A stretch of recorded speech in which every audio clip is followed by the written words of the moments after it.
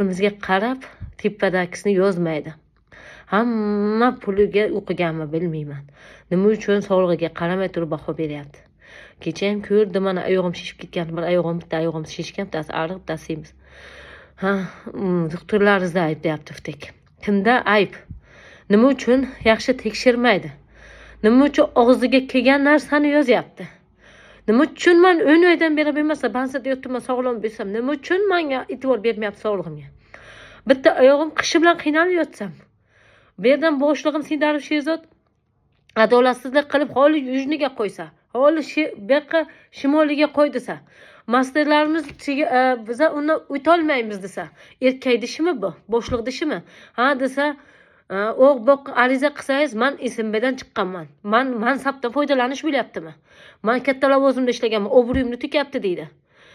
Men Oliy sudga ham, Gen prokuraturaga ham ariza qilganman. Javob xatini kutib turibman. Kerak joyga ariza qilib, men fakt bilan chiqqanman. Meni ishchilarni nima desam ekan, qizlarga qarshi qilib, sani rais chaqiryapti deb qizlarga ariza yozdirtirib, qarshi chiqasa deb, menda hamma syomka, video, kerakli hujjatlar hammasi dakasatlar bor qo'limda. Olib bo'lganman kerakli odamdan. Kimdan olganimni yaxshigina bilasiz. Nima desam ekan, xonasiga chaqirdi. Agar menga qizlar yozgan bo'lsa ustimdan, xotin qizlar yo bo'lmasa pravkom ko'rish kerak edi. Nima uchun meni xonasiga chiqib sud qilyapti, hech kim chora ko'rmayapti?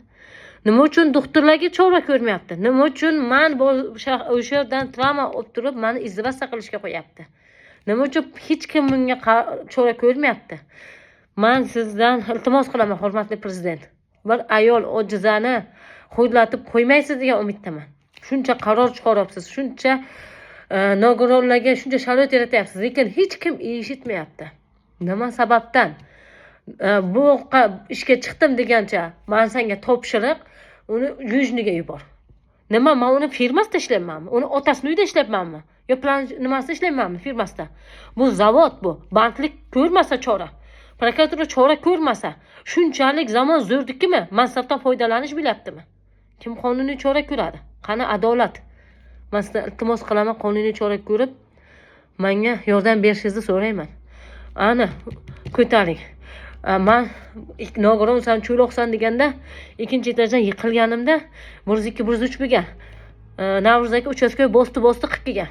Dash uchastkoyga hech kim chora ko'rmadi. 11:02 ga chiqqanman. Yuqori men chiqqanman. Hamma joyga ariza qilganman. Hamma joyga formasidan, lavozimidan foydalanib kelgan xodimga chora ko'rishni so'rayman.